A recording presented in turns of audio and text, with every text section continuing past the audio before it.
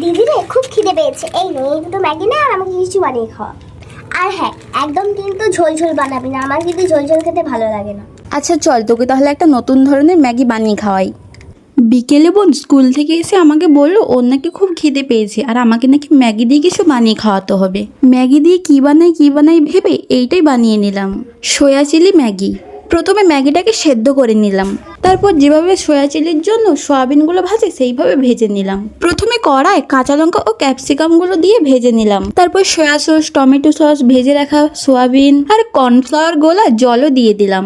তারপর নেড়েচেড়ে দিয়ে দিলাম লবণ আর লঙ্কার গুঁড়ো। তারপর সেদ্ধ করে রাখা ম্যাগিগুলো দিয়ে ভালো করে নেড়ে চেড়ে নিলাম। তারপর ম্যাগি মশলাগুলোকে কেটে ওপর থেকে দিয়ে দিলাম।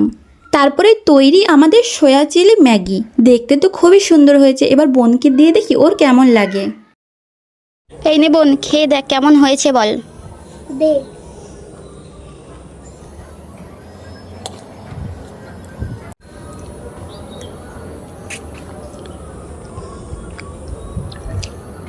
দারুণ হয়েছে রে।